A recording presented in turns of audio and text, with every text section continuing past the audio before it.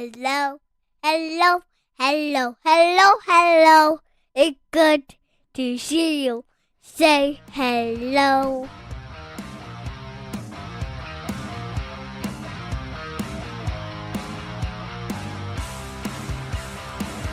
Welcome to the Huskies Hockey Podcast. Weldie and Andrew here to recap another weekend of Huskies hockey action in the frigid tundra that we've got going on here in Minnesota. Expecting another anywhere from 6 to 12 inches of fresh powder this overnight. So obviously I'm prepping for school to get canceled for the kids and explaining to work, sorry, we got to go out sledding, I think is actually what's going to end up happening.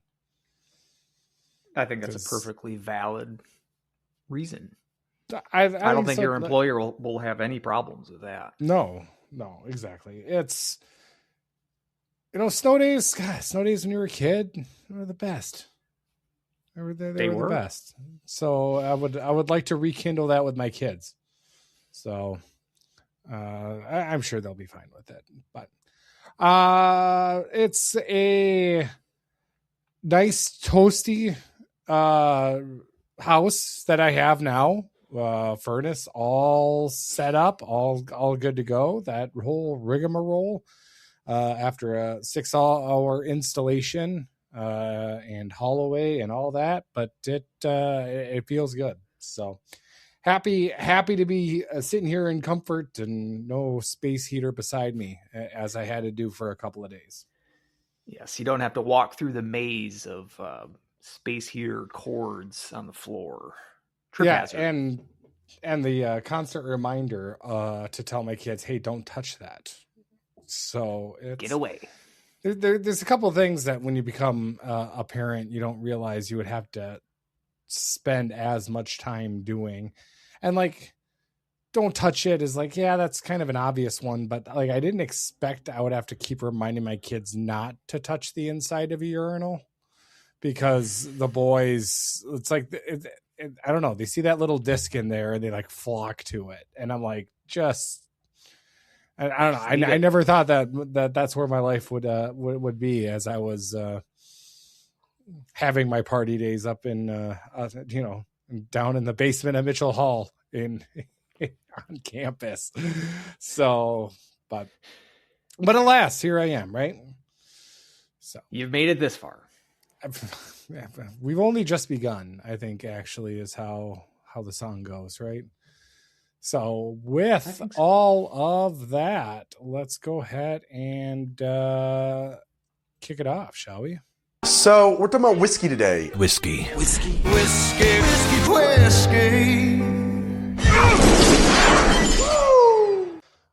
We are going to the wonderful made-up country of Scotland. Scotland. Oi. Another sort of mainstay. You can't have a pack of whiskey without. Yeah, probably multiple Scotland whiskeys have to be part of. I think it's contractually obligated because we had at least 2 in the first. Yep, we had 2 in the first batch. And so I would guess probably 2 at least in this batch. I would think so too. This is the Isle of Raasay, the Dram, Draam. I think that's pronounced Dram. Dram.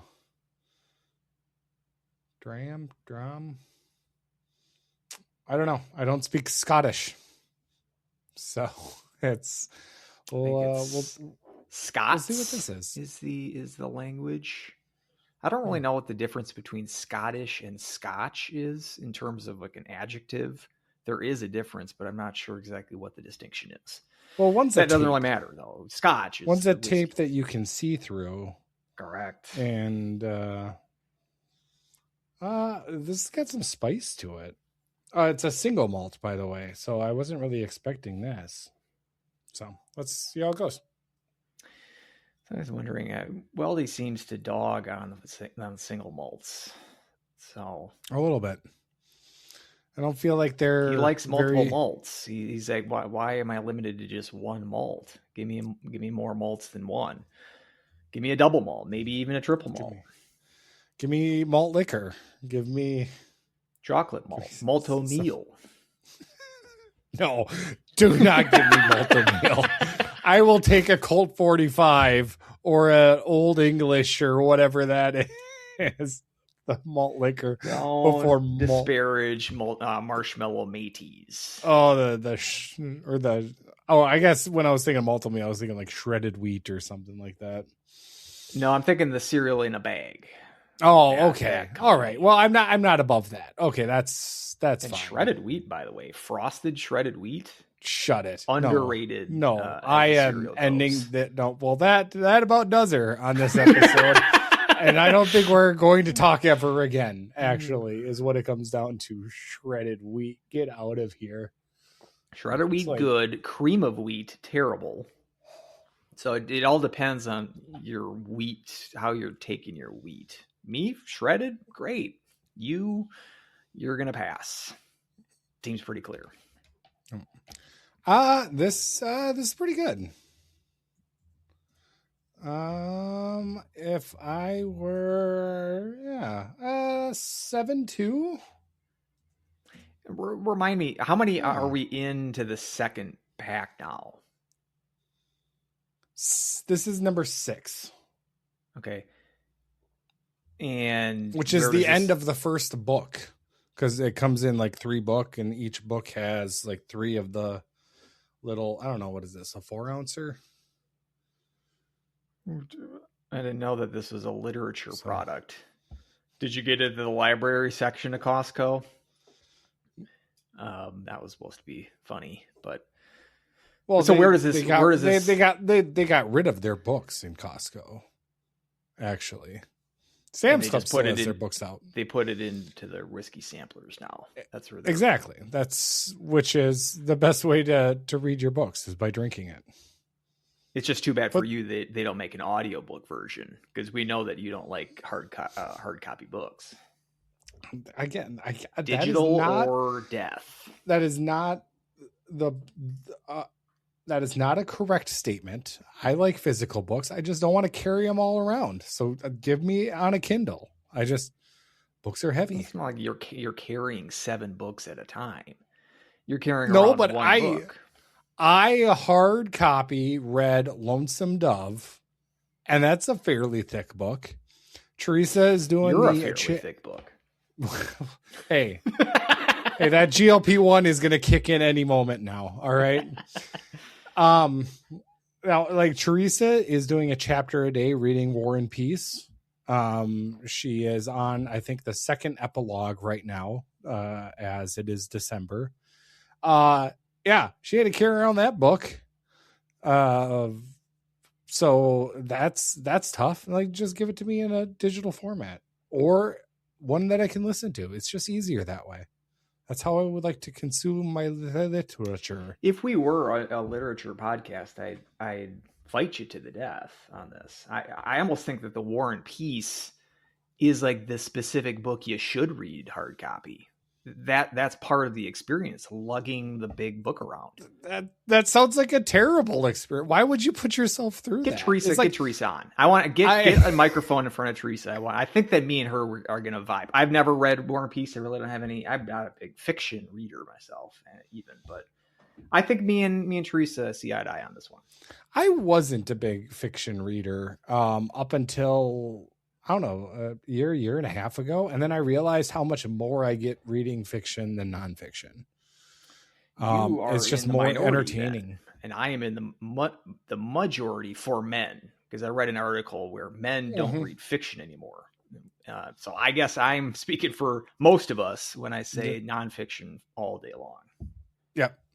Yeah, which is weird because, like, in my college days, I was almost exclusively fiction. So I have been both, but these days, I don't know the last time I've read a novel or something fiction. It's been nonfiction for a while now, several years. Well, Tolstoy does go into a lot about 1812 and Napoleon and the wars, and that's probably I don't know much about it. So I'm guessing there's some of that, some war stuff, and then I'm also guessing part of it's a little, kind of peace.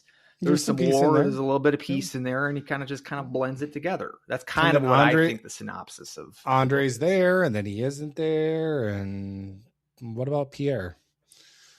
That is a very obscure reference that I will be shocked if anybody gets.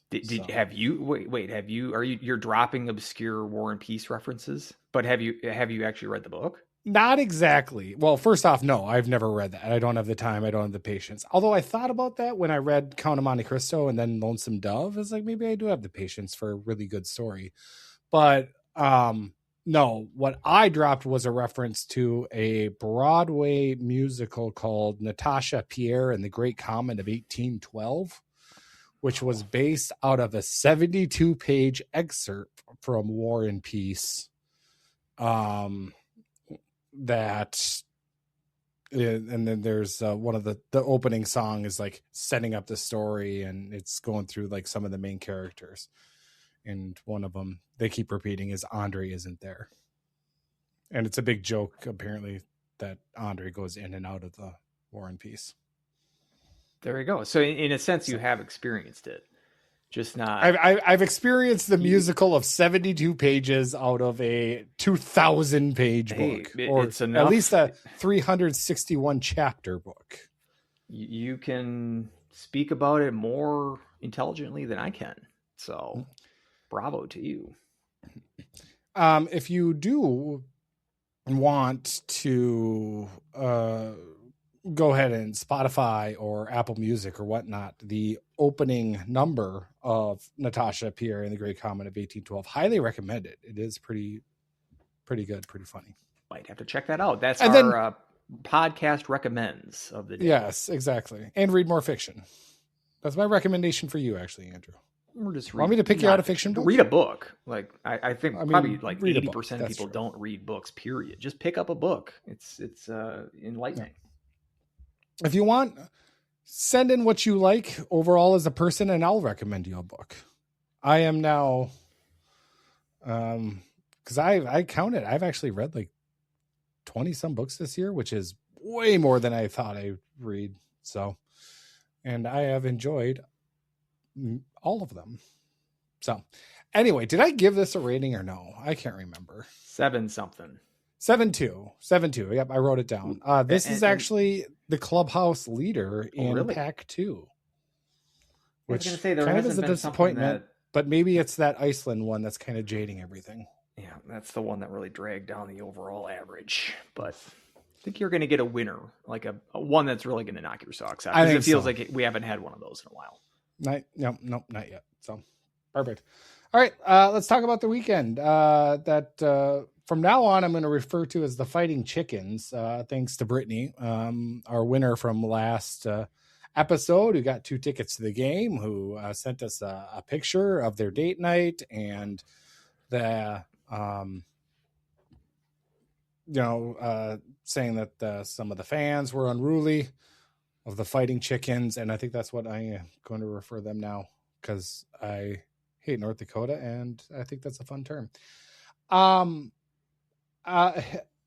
reading Beartown right now, and Beartown is a story about a small fictional town in northern Sweden that is, lives and breathes hockey and kind of dies by their junior hockey team, and all the politics that go on to it. But there's a quote in there that is kind of stuck out in my head as I watched St. Cloud against North Dakota this weekend. And it says, "The puck doesn't just glide, it also bounces." And I kind of, that kind of rung in my head. Now, I'm not going to say that, we were right there and it was just a couple of bad bounces away from sweeping North Dakota or anything like that. But it was just really frustrating over the weekend to see the Huskies play what I thought was really good hockey for long stretches. And then all of a sudden there would be some kind of bad assignment or blown play, or that shorthanded goal where, if we didn't try to keep it in on the blue line, I think it just would have been iced and it would have been fine. But it was like that bounce that happened there on Saturday's game that ended up, getting to that shorthanded game-winning goal. What ended up being to make it 3-2 and therefore out of reach. It was just really frustrating to watch. Now I'm not going to say that it was, if it wasn't only for a couple of those bounces that we would have swept or anything like that.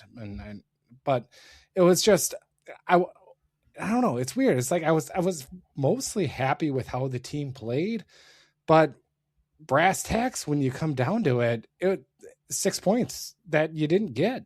You didn't get anything over the weekend.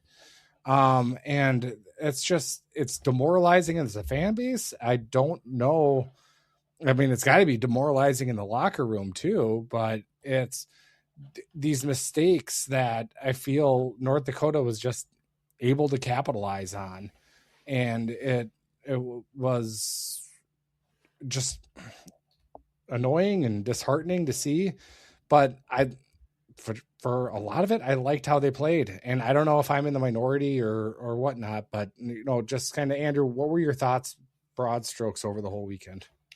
No, I do agree that some bounces went, the key bounces this weekend went North Dakota's way. If that was them creating offense, or maybe not a bounce, but a bad break with the Barrett Hall's power play goal getting washed out, coming a 10th or 2/10 of a second after the second period horn. I mean, no Hanowski Gravel magic there. Then it's just one of those, like, if the time, it's not that the timekeeper is to fault, but if the timekeeper is a second millisecond later starting the clock on that face-off, the last face-off of the period, that could have, it's just that short of a margin.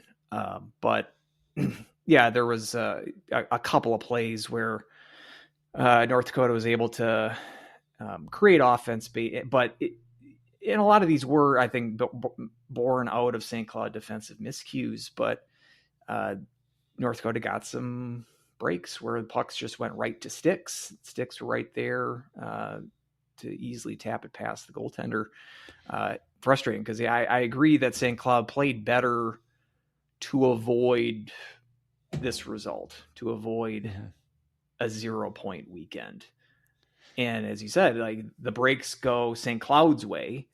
You add up the breaks that North Dakota got, you flip them to the Huskies side. St. Cloud could have came out with 6 points this weekend. Like, such is hockey.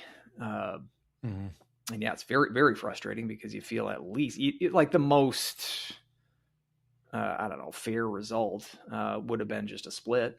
I think both teams played well enough to deserve that. That's not how the standings work. It's not how the game results work. And they've got to take the 0 points result and try to learn from that, try to get better, improve from that. Maybe there was a sense of urgency coming into this Denver series that there wouldn't have been if they would have just split this past weekend. It's just difficult to accept, because with North Dakota being pretty highly ranked in the NPI right now, just one win this weekend would have been very good for St. Cloud's math. Coming into the weekend at 14th, you'd think a split would have, kept you around there, maybe even bumped you up a little bit. I don't know if I was having some issues with CHN's customizer earlier this year. I'm not sure if that's working 100% smoothly at this point. So it's possible, I guess, we could see if it works, to see what the result would be if they were able to split. But I would presume it'd be somewhere close to where you started, if not a little higher. As it is, you're down about 10 spots than you entered the weekend in, and task gets that much more difficult to make up that ground. But as you said, there was a lot to like this weekend. The culprits for me was defense again. And I think that's there's a talent disparity between North Dakota with with their sort of high-end freshmen. St. Cloud's never really going to be in the market for guys like Verhoff and Reshny, who I thought St. Cloud actually contained fairly well. Verhoff kind of took himself out of the game. Literally took himself out of the game, which I thought was a bit of a break for St. Cloud. I realize he can butt end players, but it didn't really seem like a play that warranted him being kicked out of the game.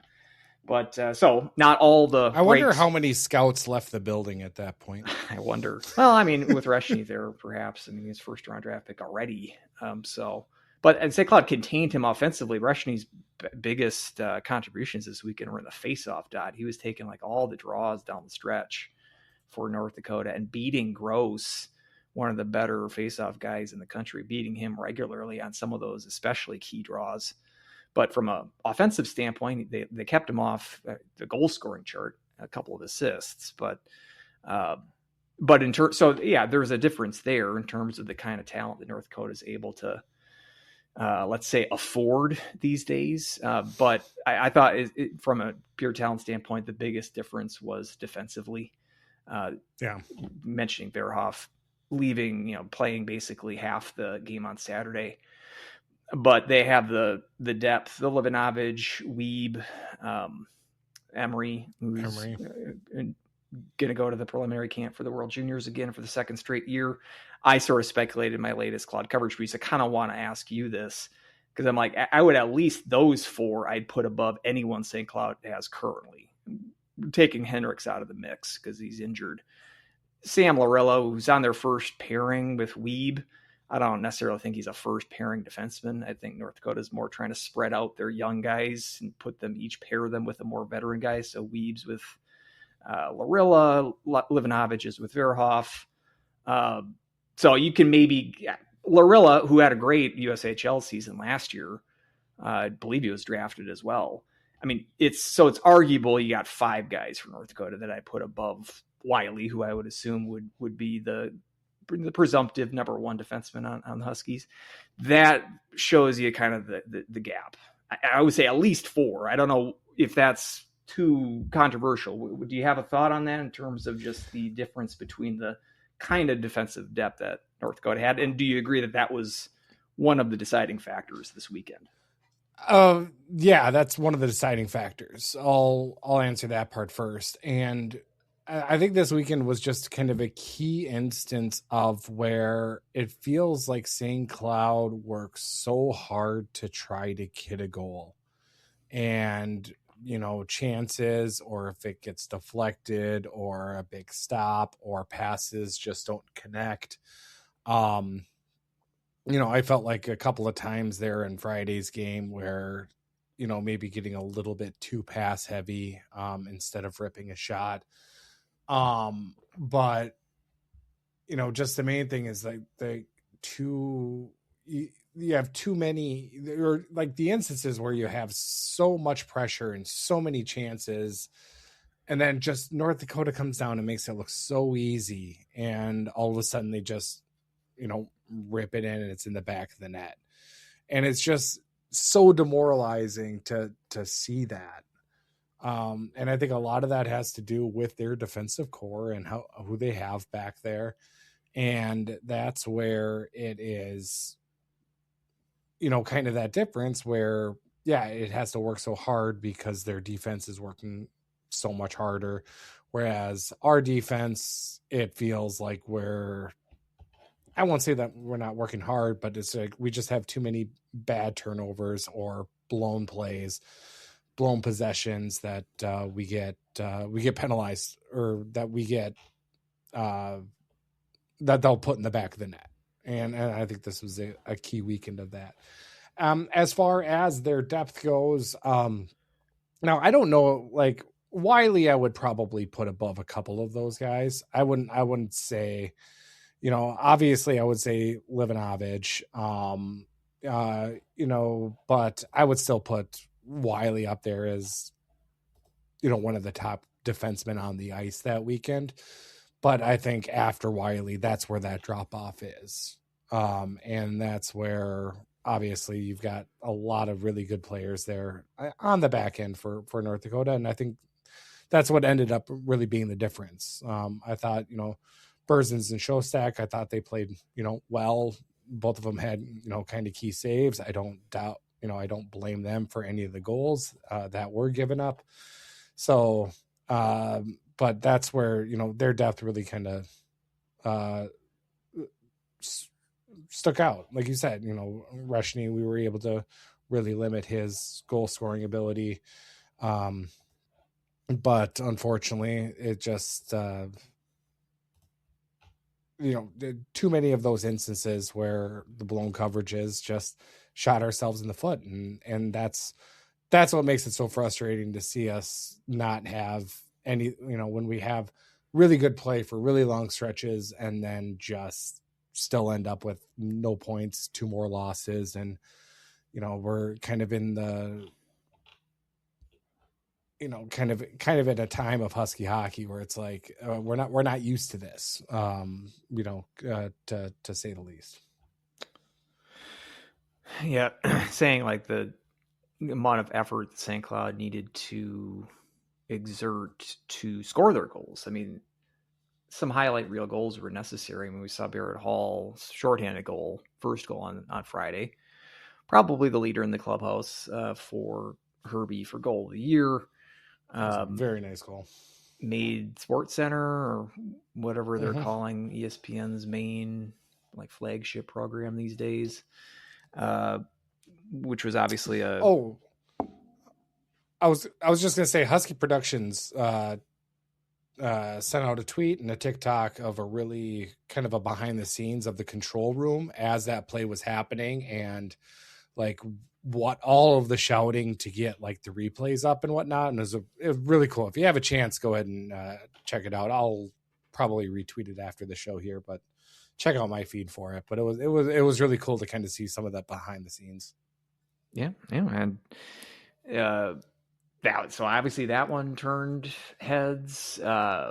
The second goal on Friday, gross. That was kind of like tic-tac-toe passing play with Hall setting that one up as well. That's a play that Spooner really didn't have much of a chance on. I mean, so some of these goals for the Huskies were just kind of pretty goals that their defense or goaltender, very few defenses or goaltenders would be able to stop those kind of chances. So I mean, yeah, and you had some greasy ones too. Obviously, the Rosborough goal is not going to make any highlight reels. Saturday goal, but the percentage of high quality plays that needed to beat this defense was apparent, and that is a I guess a compliment to UND's defense. It's one of these weekends where they're just, as you use the term, demoralizing. I'm glad that we've got another week in the first half. I mean, Denver's no fun to play, but this would have been a bad taste to end the first half with like a long break ahead. So maybe the fact that they're going to get out there soon enough this weekend, it will make the bad feelings from this weekend kind of dissipate quickly. They can't really linger on it because the task is even arguably more difficult. We'll get into previewing Denver here in a second, but so there's no let up in terms of the schedule, and perhaps that forces the team to focus that much more intently, forget the bad feelings about this past weekend. But as you said, it's just a missed opportunity for the Huskies kind of maintain their status as a contender. But at the same time, there's also, I mean, I tweeted out after the Friday game, that was the 6th 1-goal loss that St. Cloud has had this year, 3 of them obviously in overtime. And the Saturday game was essentially a 1-goal game. I mean, Livinovich's empty netter it didn't really make a material difference. It went in 2-3 seconds to go in the game. So essentially another 1-goal a game. Really, you look at all the games, either the St. Thomas loss at St. Thomas was a 2-goal loss. And then the Duluth game, probably the worst game this year. That was the one kind of, the game was sort of over by the third period. You've been in every one of these losses. But is that something that I take solace in, or is that more of a trend that this team isn't good enough? They're good enough to just come up short. You know what I mean? Like 1 or 2 1-goal losses, you can maybe take some hope or some positives out of. But if this is the kind of the way the season's been going and you're kind of losing in this kind of fashion, just coming up a little bit short, playing pretty well, you know, hey, we outplayed them maybe, let's say 4 out of the 6 periods this weekend, but we came out of it with 0 points. It does that just for some part of me, it makes me like worried that indicates that we're just missing something. And I don't know if we can come up with that margin where it's going to get us over the hump enough that this team can make an actual serious push towards either, let's say, the top half of the NCHC or the NCAA tournament. I don't know, 6 out of 7 losses now for this team overall. This kind of slide we've usually reserved for the second half in recent years, but coming a little bit earlier this year this season, and again with the opponent coming up, you've got to really work to avoid a prolonged stretch coming into a holiday break situation, and then that dreaded second half, which we are almost expecting because that's been what the recent history around this program has been. So I don't know. There's no like freak out at this point. It's just more of a slow acceptance that I'm not quite sure this team has just enough to really break through this season. But you can look on the positives you want. There was plenty of those that we could saw that were on display this weekend. And if I'm being too negative, I accept that. But you know, I see there's just some things that worry me, and there's especially that defensive core. It just makes me feel like I don't think that's a serious D-core for a contender. And I think it's the biggest shortcoming that this team currently has. And that's the one thing that I really wish for, you know, soon, is that I just need an outstanding defensive effort for a weekend. And we haven't had that yet. And it's maybe that's too much to ask, but you know, we've had games where sure, but you know, like looking at the Western Michigan, you know, winning 5-1 over Western Michigan, but you know, you pair that with giving up 6 to them on the Friday game. You know, I mean, I guess if you want to say Alaska Anchorage, and you know, you can argue Vermont, even a 2-1 loss and the 3-on-3, but like, you know, we're playing conference points now. Like we gotta put on a solid all around effort to be you know, a contender here, and that's where, you know, I'm happy obviously that we're scoring goals at a much more consistent pace, because last year was just absolutely dreadful. But it's, you know, now it's just you know, getting rid of some of those hiccups and some of those instances where we, you know, cough up key chances is going to be key. And, you know, we need some of these players to really step up, and, you know, I just, you know, going through it at, you know, how they're all playing right now, it's going to be kind of a struggle for me to pick a Powell for anyone. You know, I'm very high on Wiley. I do really like him as a player. But I mean, you know, Loftus, yeah, he registered some points on the weekend, but I think he had some key giveaways. Smolinski looked lost a couple of times. I don't want to get started on Zinger. It was just, you know, it's just that who else do you really trust on that? And, you know, I would like to say, you know, with Hendricks, but, you know, he still is a freshman, you know, and he's, you know, is, you know, going to be injured for, you know, sometime maybe coming back here in the second half. So, but it's, you know, who knows how much that change would even, you know, shake or make a shake up to the defensive core. And, you know, that's a lot to put on a freshman. So it's, I don't know. That's where everything is just really frustrating for me, even though we had a lot of good play over the weekend. So it's this weird balancing act that I have right now with where we're at with this team. Certainly is. Yeah, Loftus, as you mentioned. I mean, I was a little surprised he's getting some power play time, or he got some power play time on Saturday and did score a goal.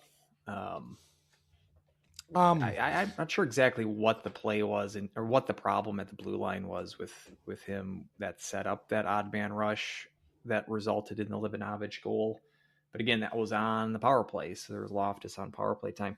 I thought that he perhaps because I think Zinger was on the power play on Friday, and I think Larson took Zinger off the power play on Saturday, and Loftus got that promotion in game, which I agreed with. But then again, I saw Zinger in an extra attacker situation later in the game.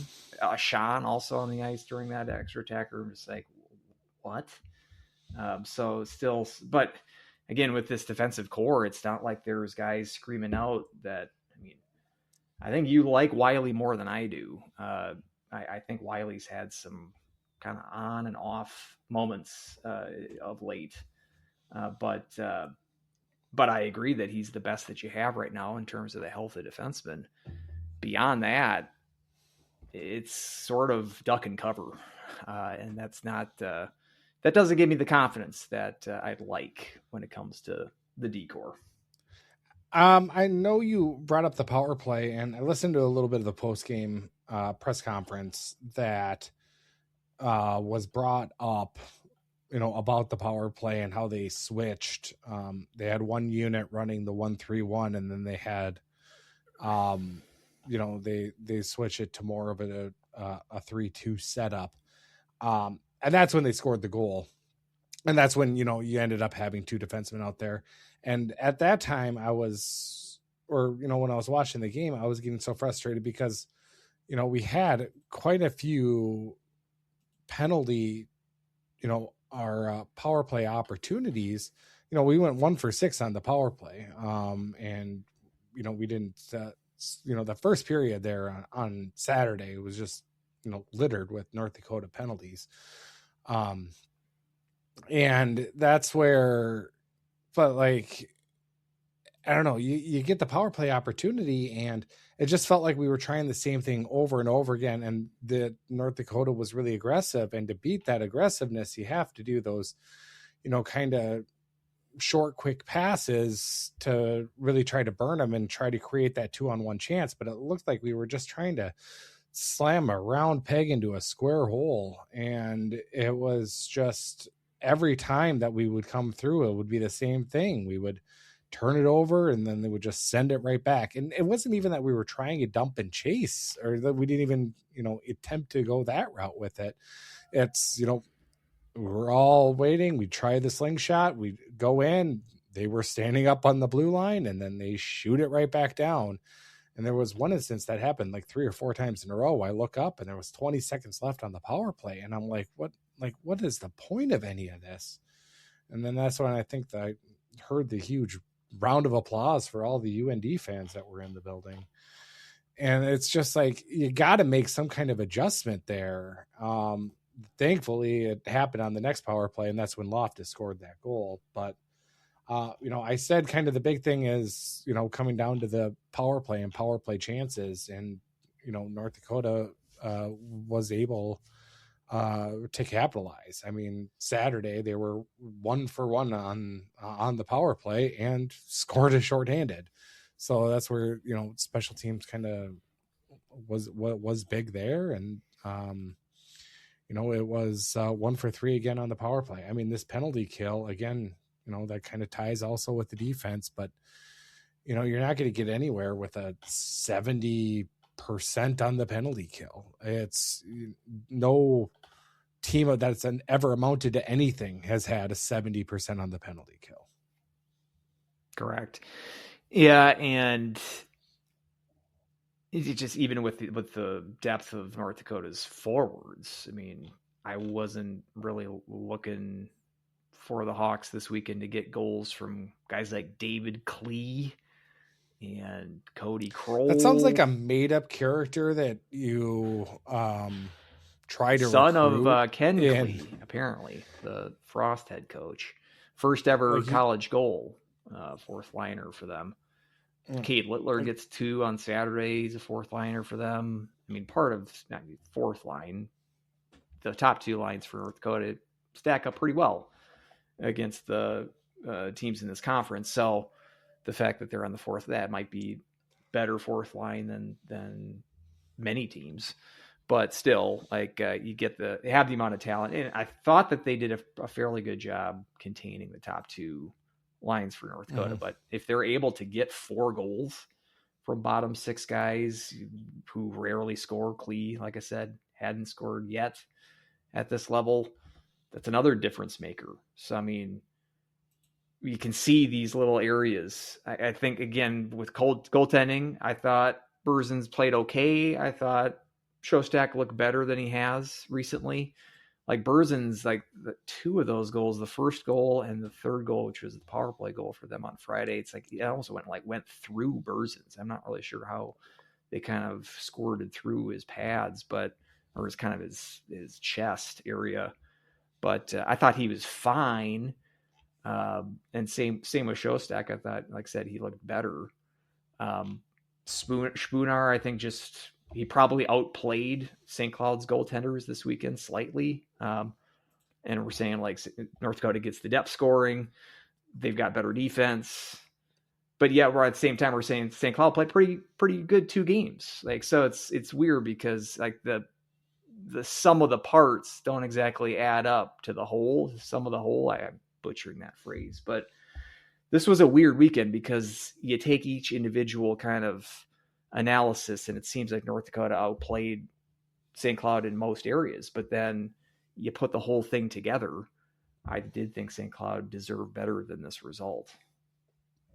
How's that for some clear as mud analysis? Yeah, exactly. And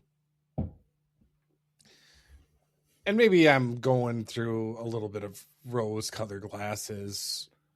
I don't even know if that's the correct term to use, but obviously Saturday night, that first period was dreadful for the Huskies. Being outshot 14-5, but only down 1-0, and that being on the power play. That was just kind of something that I was, happy to see, that we were only down 1-0 after getting outplayed.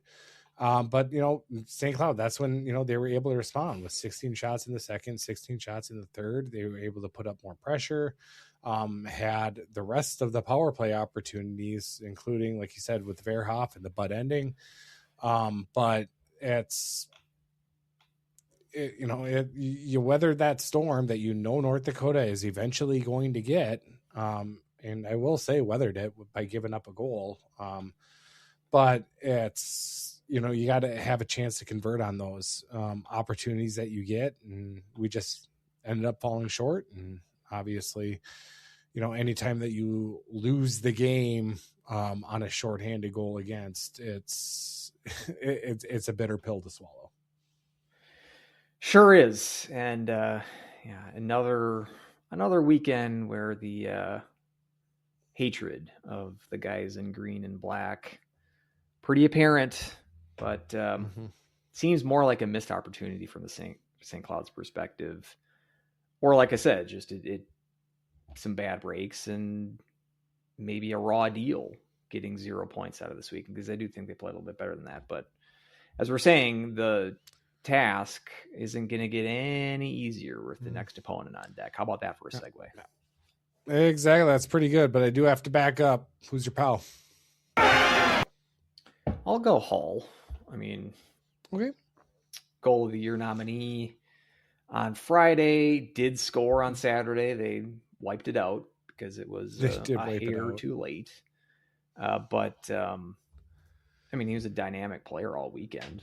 And it's not like there's other players that were screaming out. Again, we can't give it to defensemen. clearly, based on what we've talked about the last 20 minutes. Goalies kind of cancel each other out, played one game this weekend, so I'm kind of down to a forward.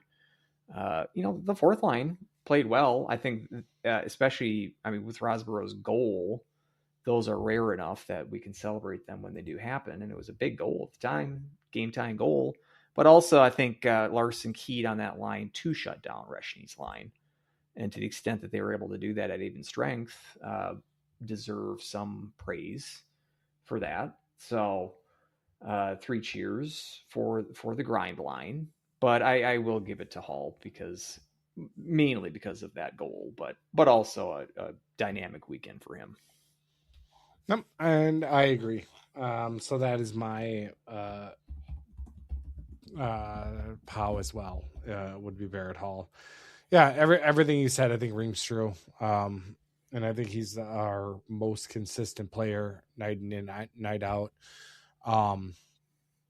This was a weekend where I did think Brnovic a little bit quiet. So he's been quiet of late. Basically when the Huskies started this 6 out of 7 slide kind of coincides when Brnovic stopped scoring. So, and I don't like that he's with Gross and Hall. I would prefer him with Ernest and Rode. And I know that may have sparked Thorson to be with those players, but I still would get Brnovic off that line. Not that that's not a great line, but I think it's almost like you're stacking too much of your talent on one line. It could be better served spreading Brnovic around with Rode and Ernest, who he showed some good chemistry earlier this season. Yep. And that's where also, two players that I haven't heard of a lot lately as well from a score sheet perspective is Rode and Ernest. Like you said, Thorson, has had a little bit of a resurgence, which I'm incredibly happy to see. But we need to do something as we get ready for Denver to get Brnovic back going. Yes, we do. So we got Denver here on the schedule coming up next. Current record of 11-5-1, and it is. Obviously when you're getting, Coach Carl and his squad in, they're always going to be a tough battle. They've got a freshman netminder who has been just absolutely stellar as of late or all season with Quentin Miller. 10-4-1 record, 184 goals against, and a .931 save percentage. Over a point per game by Eric Polkamp, Clark Caswell, freshman forward, 2 goals, 13 assists. He's been dishing the puck, but they've got a lot of depth scoring, and they've been playing some pretty good hockey as of late. They did have a little bit of a stumble in the Hall of Fame game, dropping in overtime to Minnesota, but they have not lost a regulation game since October 25th, 1-0 loss to Northeastern. So they're on a good stretch right now. Easily took care of Miami 4-rip and 5-2. So it's going to be, going into this break, it's going to be a tough test here for your Huskies to try to contain this Denver team that is flying right now. Yep, and it's every year with these guys. A lot of turnover from last year. The players that we came to know over the last couple of years, like Bouillon on the point, Matt Davis in net, big key contributors to national titles for them in recent years. It's like they just slot the new guys in as if nothing changed. Quentin Miller looks to be just based on stats, kind of an upgrade even from Davis. Polkamp, who Denver obviously got last year from Bemidji, so he's been there before, but leading the country among point-scoring defensemen. We were talking about North Dakota's depth at D. You got Boston Buckberger as well, putting up a solid offensive season from the blue line for Denver. So it's not just Polkamp on the point. There's other weapons even Eric Jameson, a freshman defenseman, 12 points. That'd be the leading point scorer on the blue line for many teams, would certainly for the Huskies. So, I mean, another position of good depth for Denver. Sam Harris, as far as like their forwards, he's leading their forward group in goal scoring. As you mentioned, that Caswell, who's a freshman draft player, leading them in points among the forwards. But Riga Lorenz, the Salmonen, James Reeder. I mean, these names might not. I mean, there's some young names here and names that have moved up the depth chart based on graduation or pro signings, losses to the pros for Denver, but they're dangerous players.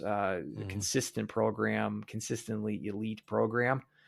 This is going to be another very tough test. There's no other way to put it. Coming off a sweep against Miami, I handled Miami. I mean, the Saturday game was fairly competitive, tight tie game basically halfway through the game until Denver pulled away late in the second or got the go-ahead goal and then pulled away in the third. But it's first place right now in the NCHC, where you picked them to begin this season. So you're looking good on that. So smart on that bet so far. They're leading over North Dakota and Duluth right there as well. Western is just 4 points out. Top four, again, we're seeing some separation develop in the standings. Those four teams that I just mentioned seem to be maybe not quite. Maybe it's early to say they're locks for the NCAAs, but probably like 80% bets at this point. I mean, like Western being the fourth of those teams, probably at like 80%. Like Denver is probably at 95%. People don't pay me for my math opinions, but you get the point. Those are all solid teams that are. It's going to take a lot. It's going to take a collapse for those teams to fall off the map in the second half and miss the NCAAs. And then you've got Arizona State, Omaha, St. Cloud, CC, Miami, kind of rounding out the bottom half of the standings. There's going to be a battle between those teams, but I think it's going to be tough for those five teams to break into the top four that I just mentioned, because the gap between 4 and 5, which is home ice, is 7 points already. There is a games played disparity between some of those teams. Duluth and Western have played 10, where everyone else has played 8. So that's a little deceiving, but still, I think there is a separation that's developed in the conference, and Denver is leading the pack among that sort of upper echelon group. So I don't know. Maybe we can hope that Denver's, we just swept Miami and we're going to be finishing out the first half here. Maybe there was somewhat of a letdown. We saw this last year. They got off to like a 12-0 start, and then they kind of just sleptwalked, for lack of a better term, for the rest of the year until the NCAAs kicked it in high gear and made another Frozen Four. They're 10, and I don't think this is like a bad strategy. Like, realize that we're doing good. We don't need to expend like 100% energy in all these games. Can kind of pick our battles in a sense in the regular season. Maybe this is one of those weekends where they just decide, maybe a split's good enough for us. I'd love to see that from St. Cloud's perspective, because again, I do think they're kind of owed from a better than a weekend result of that they got swept. They deserve better than that. And like I said, maybe there was a chip on the shoulder because of that. They can come out and kind of beat Denver as a way to get some retribution off of a pretty frustrating weekend this past weekend. I hate to be the guy that just always picks splits. You seem to be better at result predictions recently. Do I want? I'm going to be boring. I'm going to say split for St. Cloud this weekend. What about you? I wish I was that optimistic. I haven't seen as much of Denver, but just kind of looking up their, up and down their stat sheet, it looks pretty spread out. And I think that depth is going to kind of win out. I mean, obviously, you got Pole Camp there on D, but, you've got a smattering of other people with, 4 or 5 goals here on the season. It's, I don't know if we're going to be able to kind of handle, Denver. Now, at the same time, I thought we wouldn't have been able to last year, and last year we did go out to Magnus and split there. So, my gut is just telling me though that I think if we just make it to overtime one of these games, I think that's going to be a mild victory. So if you want to talk about being the pessimistic one, that's it's going to be me. But we got to sort some things out, and until I see something, some things kind of sorted out, because who are the top, the top 3, we got swept by Minnesota Duluth, we got swept by North Dakota. It's all stacking up, right now, not in our favor. And I hope that changes here this weekend, and we can get some positives going into the Cactus Cup.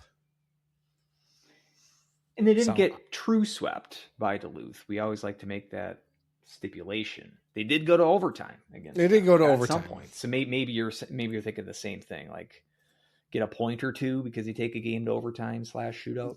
Yeah, that's kind of what I'm thinking. I'll say a regulation win, mostly because Denver's not going to be completely motivated this weekend, I don't think. Right. I think that they're looking to take a break here, and they've built up some equity in the standings that I think that they can afford to do so. Well, I'd love to see it. But also that I think St. Cloud can win a game against Denver, because I think they should have won a game against North Dakota. I do think Denver is a better team than North Dakota. You want to play transitive property? Denver lost to Anchorage at Magnus this year. Yes, that was an overtime, but St. Cloud handled Anchorage the week before they played that series. So there is the transitive property for you. There you go. St. Cloud win. And it's not like we're getting trounced against those teams by any means. Like I said, with North Dakota, I think a lot of it we played very well. Minnesota Duluth, that Saturday game, I think a lot of that we played really well. We just ended up coming out on that the short end there. But I just want to see something from this team that gives me some positivity that, okay, things are starting to turn a corner here. And, step one of that is getting some solid wins and solid weekends under our belt. And until that happens, I can't confidently say that we're going to get, a split plus versus a, top 10 team in the nation. So, yeah, I'm not saying split plus, but I'll say split. And yeah, you're at 24th. It's still, and again, when we say it's early, keep in mind, like, this is the first season of NPI. I don't know how volatile NPI is compared to pairwise.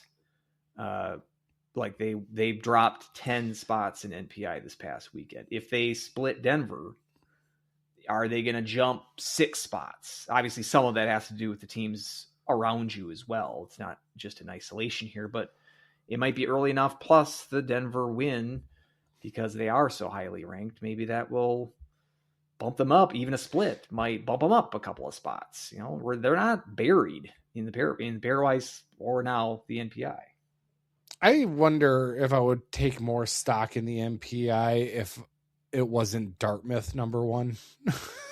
like you're talking about volatility. I'm kind of like, yeah, cute story Dartmouth, but like, come on. And well, then they are a perfect. I did say that Yale would beat them, and they handled Yale pretty well. So, I mean, who am I to say? They are perfect 10-0, no overtime games. It's 10 regulation wins, and I do think that. So I'm wondering how much one loss will affect them, because the math might think they're like a perfect team because they've never lost yet.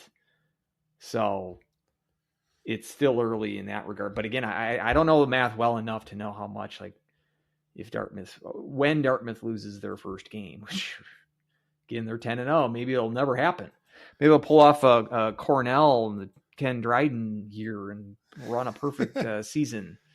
That would be wild if that happened. But so yeah, probably. But I would assume it's 10 games that they're 10-0 right now. If they lose a game, let's say this week, I think I'd pick New Hampshire, who went in and swept Maine in Maine this past weekend, which I would certainly be impressed by. But with Hockey East, like, Maine's buried. Talking about like St. Cloud being sort of discouraged with their weekend and kind of, the last 6 weeks or 6 games or whatever it is. Maine's at 40th in NPI right now. So, I mean, at least they're not that sort of buried. And a lot of that's based on Hockey East not being as hot this year. But yeah, so it's not that I don't trust NPI. It's just I'm not familiar with its vagaries because we haven't seen it play out in a season yet on the men's side. So, yeah, I am kind of curious as to how much Dartmouth will drop once they do, if they do lose a game at some point. Let's switch over to the women, where the women were able to get that split plus weekend with a convincing win on Friday with a 4-0 victory over the Minnesota State Mavericks. Came up a little bit short on Saturday where they were down 2-0 there late in the second. But Avery Farrell, who's been coming on strong late, and Sunderland get tied up. And then overtime happens, and unfortunately Minnesota State was able to come out there on top. And it was, just talking about overall the weekend for the Huskies, I absolutely loved Friday's game. I thought it was, I don't want to say a masterclass because they did, kind of give up a lot of chances there in the third and maybe turtled a little bit.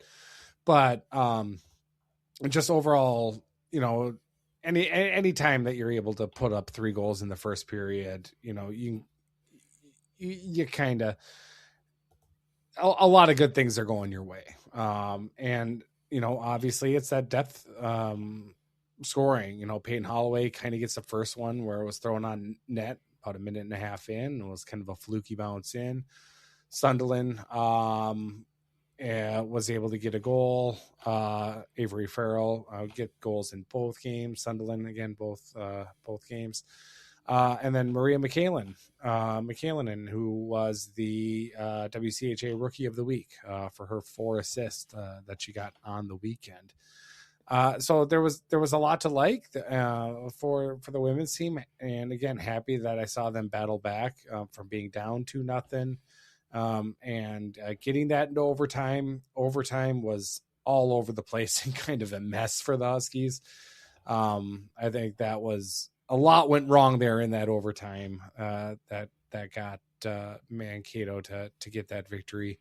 But overall 4 points, and happy to see Carrico gets the nod both games, but happy to see also with Reagan Bolger back in the lineup as well. So as she was the extra defense. So it was a overall a positive weekend as the women end up going into a little bit of a break.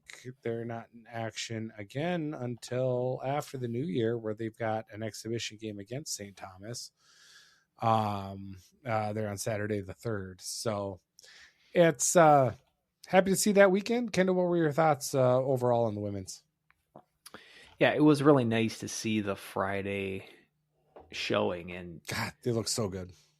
It like watching the men's team this weekend, talking about a lot of the bad bounces that St. Cloud was on the wrong end of. The women's side kind of they were sort of getting the fortunate bounces on their sticks. Because you mentioned that first goal for the Huskies coming early, but look at that first 30 seconds. Mankato shoots the puck and it's past Carrico and it's dribbling. It's going to go in the net. I think it was Wolf that fished it out before it crossed the line. But that's one of those goals or plays that if that goes in 30 seconds into the game, Mankato scores, like the whole game could have butterfly effect, like goes from a 4-0 St. Cloud win into something much different than that.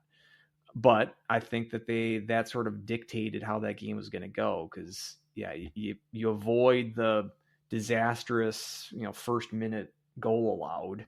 And then you come down the ice and you score kind of a gift goal on their end. And it seemed like from that point on, after the Holloway goal, they were sort of in control. And Sunderland, who's had a great couple of weeks here, goal in each game. Farrell, as you mentioned as well, I didn't realize that was her first power play goal as a member of the Huskies on Saturday. It feels like she's been like a specialist, garbage kind of goal scorer in the crease, getting the gritty St. Cloud type goals. But Svenja Vogt even gets a 3-point weekend, player that we've been wanting some more offense from. Good weekend for her. The defense I thought was solid. And as you mentioned with Bulger coming back, I think that's an underrated key return for this defensive core who's had to scramble. Marie Moran started this season playing forward. They've sort of had her play on the point in Bulger's absence. Bryant as well was a player that's kind of in a swing role last year. She's been, I think, entirely playing on the blue line this year. It's not a position. I think it's the defensive core has been, I think, overall a strength for the Huskies this year, but it's not one that has the depth, or at least didn't have the depth that we thought of coming into the season, because we just didn't think that a player like Moran in particular was going to be a mainstay defensively. We thought perhaps Bryant was going to mostly slot in to D. But so Bulger's return, and I think they're kind of easing her in. I would assume second half of the year she'll be like top pairing or top 2 pairing once conference play resumes in earnest. But great to see her back. Like I mentioned, it's good to see some defensive or some scoring depth with some players like Vogt spreading it around. Carrico again with both starts this weekend, and I thought she played excellent. This is I don't know if I would say it's like a welcome surprise, but just based on how long we've seen a goalie tandem in place, not just with Yolosuo, but going back to the Adulski era, it's just unexpected to see it. I would like to know the last time a Husky goalie started 4 games in a row for the women's team. But Carrico's done that. And if you go back, I mean, she's played in 6 straight games, 7 straight games. If you go back to the Wisconsin game, she came in relief in Bemidji. So I'm all for that. Now that you have a month off until actual games start, you got that exhibition game, but then the weekend after you got Ohio State.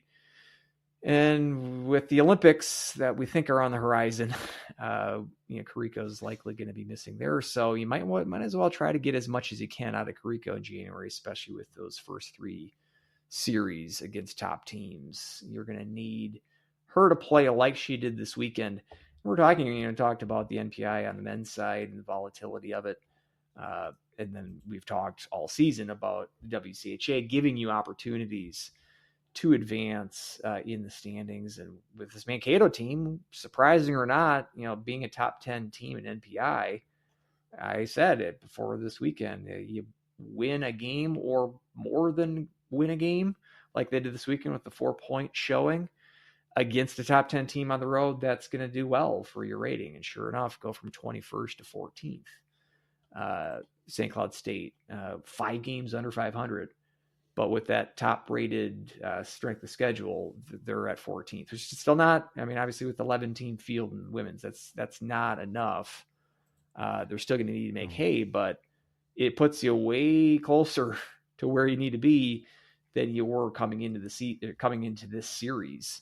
So glad to see that, obviously. And it puts the first half, which again, talking about frustrations on the men's side, a lot of the same sort of frustrations on the women's side as well, because I think talking about the men with versus North Dakota, you can say this with the women's team against most of the opponents they played this year, at least the top end opponents, playing with them and deserving better than that 7-12-1 record would indicate. But you've done enough to close it out within spitting distance of the NPI. And I think that gives you an opportunity in the second half, now that you've got some health back in the defensive core with Bulger back. We've got Karika, who's injured for a while. Or she's healthy and playing, maybe the best that she's played in a sustained stretch.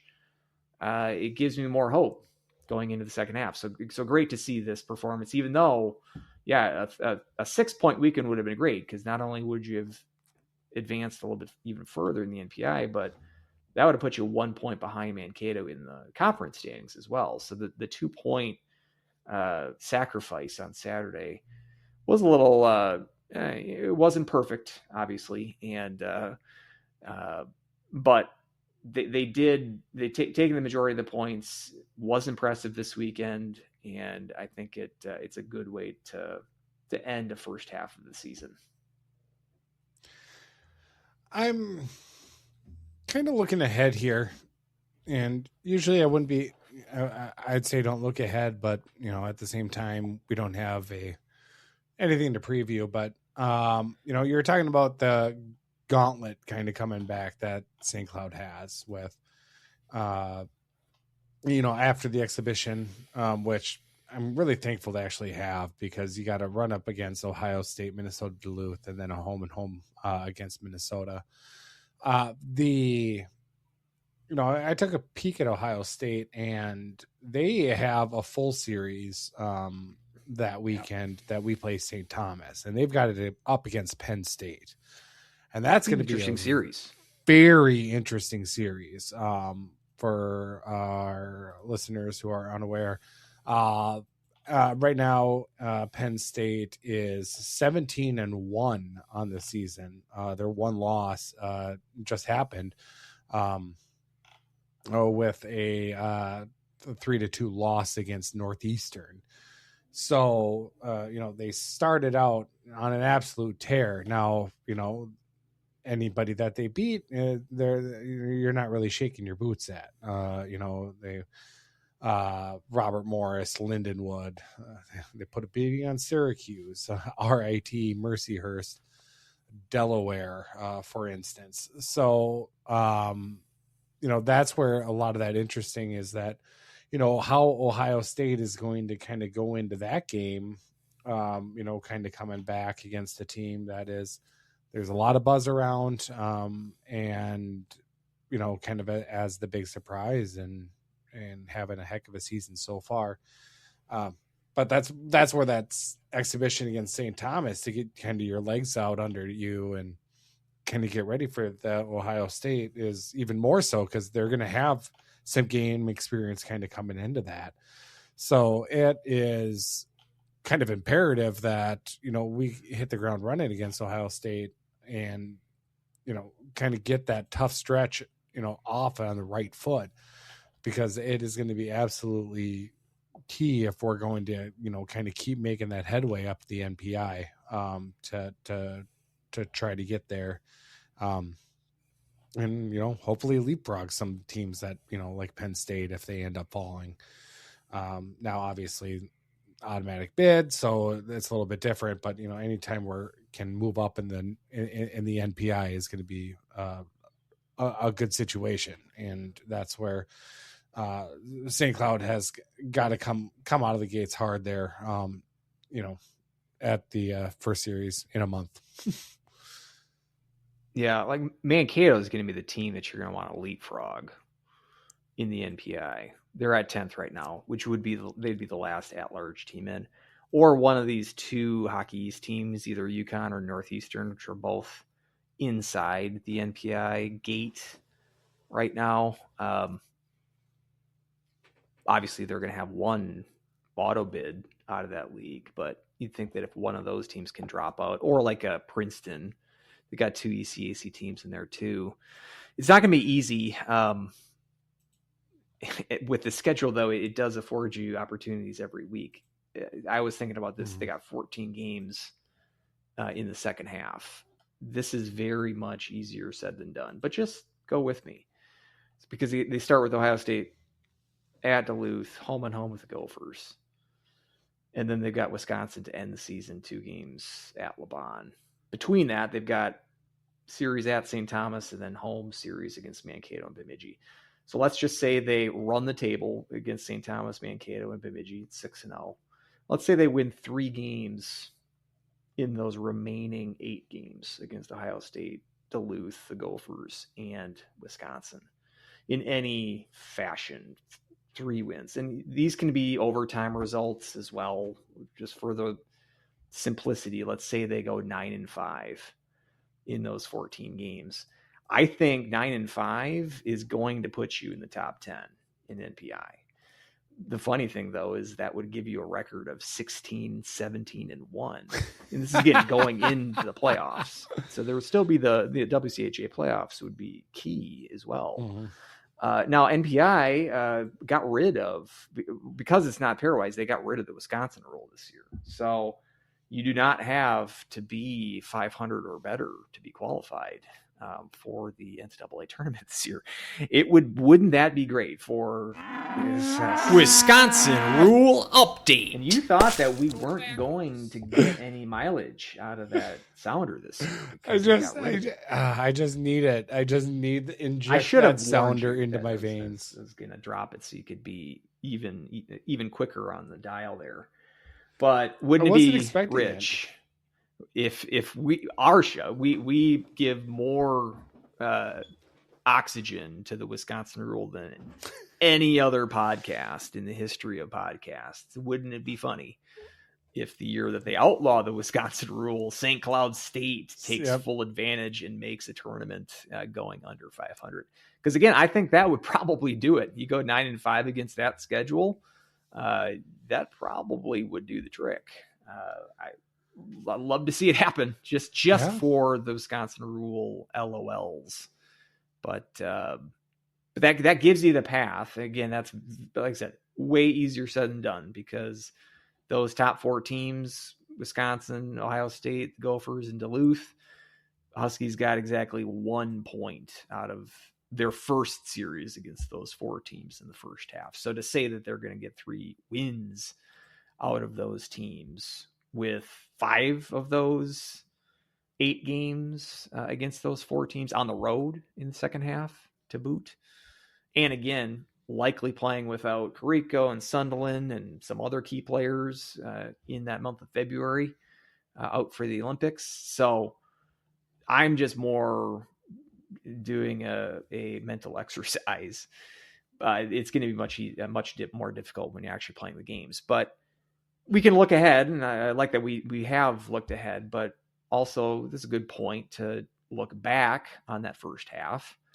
Well, before we do that, I did forget who you got for your pal. I am going to go Carrico.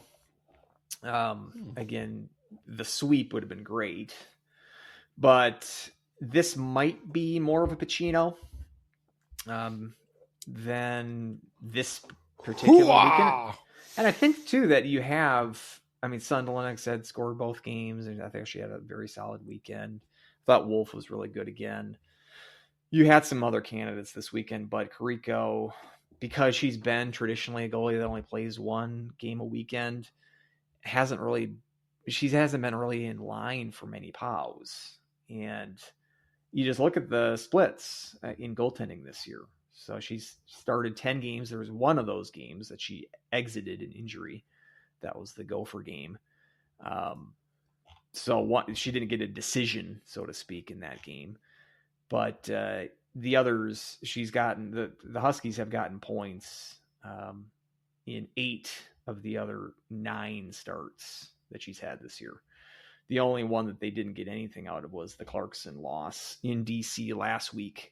But they've either gone to overtime or won in any all the other games that she has started this year. And on the flip side, when it's Chobak, who started 9 games, and Hugendams started 1, Huskies have only gotten points out of 2 of those combined 10 games. So, I mean, it's pretty clear right now that Kariko, we hate to see it because Chobak we're big fans of in her career here. But at this point right now, Kariko is the goalie to ride, particularly if we feel like she's not going to be available come February because of the Olympics. Milk everything that you can out of her at this point. And she's on the list of like team MVPs for the first half. Just at least for this weekend, I'm going to give her the POW because of the cumulative work. But again, 3rd shutout this weekend on Friday. She was definitely good. And she needed to make some key saves on Saturday in order to keep that game close for St. Cloud to come back and bring it to overtime as well. So I'm going to give it to Amelia Kariko this weekend. How about you? Kariko, at first I was a little bit surprised by that pick, but you made a pretty convincing argument. I'm probably, it's kind of rare I give it to somebody who didn't score a goal on the weekend. But I think when you are the WCHA Rookie of the Week with 4 assists, McKinnon hasn't shown up on this, hasn't scored the goals as of late. But I think she has really been in kind of an impact. I think she's not shooting nearly as much. So that's just kind of a gut. I'd have to actually look at the stats to see, but why look at stats when you have this show? But it's, I was really impressed with her and with Yellow Suo also kind of switching up the lines to get that more depth. And, that was really on show, really for this, for this with, the different goal scorers. But, Farrell, I thought was in the running, as well. Sunderland, obviously, with her performance too. I was thinking about her. And then, like you said, Wolf, I think I thought was pretty good on the weekend too. So there was a lot of picks. I still think that sometimes our line rushes are a little bit off, or like our when we have fast break opportunities. And like I said, that overtime as well, everything was all helter skelter. It didn't look like anyone was on the same page. So, but, beside all of that, I was really happy with how the team played, and McKinnon with 4 assists on the weekend. I will give that to her for my pal. A good pick. And you're right. 0 shots on goal for McKillian on Saturday. In her last 6 games, 12 shots combined. This is the CHN stats. So grain of salt warning. It is CHN. They tend to be wrong sometimes. But so 12 shots on goal combined in the last 6 games, which is a big drop off because she had 50 shots on goal through the first 14 games of the season. I mean, she had 8 shots on goal in the second Wisconsin game alone. That was the game she scored her last. And she had 2 goals, right? Correct. So, I mean, yeah, so I don't know if the other teams have sort of keyed on her. We saw this kind of early in the season. She kind of will run a little hot and cold. And I think some certain teams will decide to defend her, especially, they'll focus on her don't want her to beat us. So you might be onto something with that, but she was able to get on the score sheet 4 times. And even with on Saturday, not putting a shot on net officially, still getting the job done. I think that's a good call as well. I do also want to kind of give a shout out also to Vogt as well, because I have been, I don't know. I don't know if harsh on her is the right word, but I haven't really been a fan of her play. I just don't know what type of role she fits, what type of a player she is. But I thought this last weekend, I thought she played well, and I think she's also a really underrated passer. I think she's got that. I think when she has the opportunity, I think she's got really good vision there on the ice. I think that was kind of on display as well, and also her being able to kind of weasel away in front of the net and get especially that goal there on Friday on the rebound. I thought really the Huskies overall did a really good job crashing the net, and getting some of those, kind of second chances and those type of goals that I love to see. Vogt is someone in the past that I've kind of not really been fond of out there, but I do think that I need to give her props when I think she had a really good weekend, and I thought she did this last one. You bet. Yeah, no, depth scoring is we'll take it. We'll take all the scoring, and this has been a team that's improved offensively this year pretty significantly. And I think once you have like a top two lines that they're running out there regularly and producing regularly, I do think there is a trickle down effect too, because you got Vogt, already got a career high in points this year.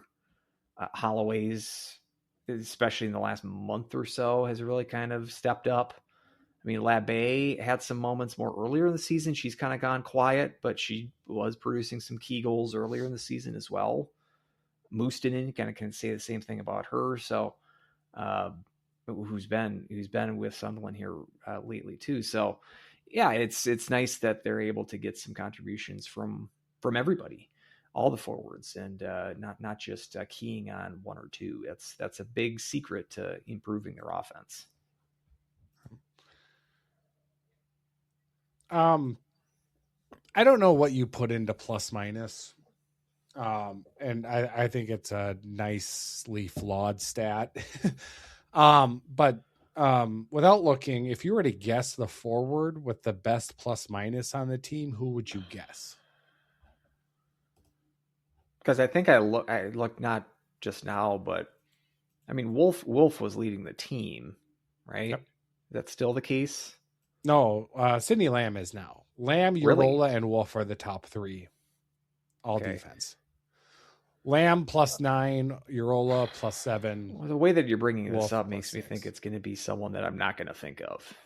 That is correct. It's so, and it's a player that's played regularly. Like, it's not like all 20 games. Scratched.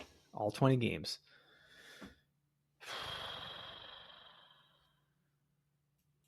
Mustonen? Peyton Remick. Really? At what's the rating? +5. Okay. Yeah. She's in the last, I'd say 3 or 4 weeks, has really stepped up. Mm-hmm. And getting into, I think she's getting more confident out there. Yeah. Getting into the conversation of most impressive freshmen. She's entering that chat. So yeah, I would have taken me a couple more names to guess her, but good call on that. So that's when I saw that, I was a little bit surprised. So I wanted to bring that up. So, all right. Now, you kind of teased it a little bit earlier as we had to go on, the whole POW situation. But you said you just kind of wanted to go over maybe a little bit of a recap here for the first half of the unofficial halfway point of the women's season. Yeah, I think it's a good point to kind of reflect. We'll do this with the men's team next week too, mostly because we've got a little extra time. We've always got extra time. It's only an hour and a half so far. We got some extra time. Yeah, we don't have a series to preview, so we'll babble some more about the Huskies. That's why you're listening to the show, right? For us to babble about the Huskies. Let's do that. we've kind of done a little bit of the recap as sort of our organic approach to covering this team that we do every week. So, but it's just, it's been an interesting season. It's been a frustrating season at the same time. I mean, you just look at some not very fancy stats here, like 55 goals scored, 58 goals allowed. That shows that this team is basically like 500 if you just put that sort of in context. So right there kind of shows you that the 5-game under 500 is a little deceiving. Then you factor in the very difficult schedule. Yes, you've had the 2 Lindenwood games, but aside from that, no gimmies on any of the schedule. Like I said earlier, number 1 rated by the computer is the toughest schedule.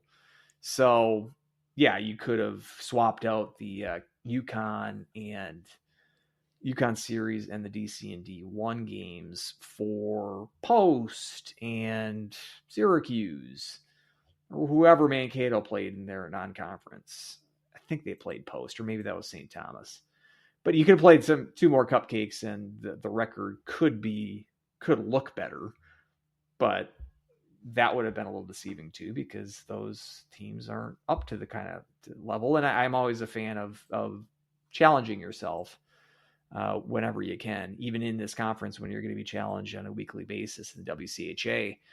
So I don't think that 7-12-1 show tells the story completely. A lot of overtime results in that also kind of skew things, because you're getting points in more games than the 7 wins would indicate. Or suggest, I should say. But from the standpoint of the units here, we've talked about defense being a strength with players, especially Rayla and Wolf, Lamb. I think exceeding our expectations, or at least from Wolf's perspective. I think we keyed on her in terms of the leadership assignment that she was getting this year as captain. And with a lot of youth, Peon, some of the Lamb defensively with these freshmen. Then you have Bolger go out after the first game of the season. So that challenges the depth of that unit. I think they've been doing admirably considering those challenges. And again, I think that Wolf, who's a player that we're like, yes, she has her moments of some blown coverage here and there, but I think she putting up 13 points this season. I mean, it wasn't too long ago she was leading the team in points, and I think her defensive miscues have been few and far between, fewer than I think in years past. So I think Wolf has exceeded her assignment this year in terms of what we were expecting from her this year. The offense, I think, is greatly improved. You can just look on the numbers. I mean, 2.05 goals per game average last year, which was not good comparatively nationwide. This year, they've improved a full 3/4 of a goal per game average. They're a top 15 offense nationwide. Right now, they've got 55 goals, like I said. If you do the math over 36 games, that would put their average slightly over 100.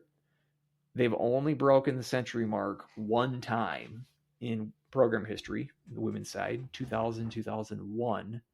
It's the only time they've scored over 100 goals as a team in a season.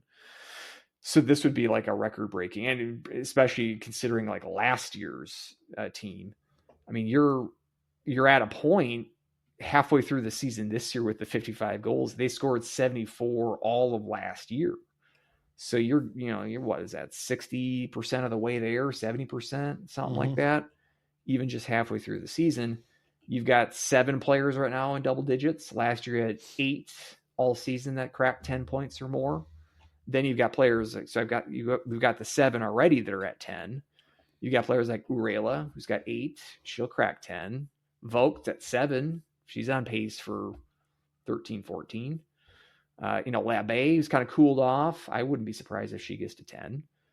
Remick, as we're mentioning. I mean, these are players, even in that not quite at double digits, that we've seen some improvements here in recent weeks.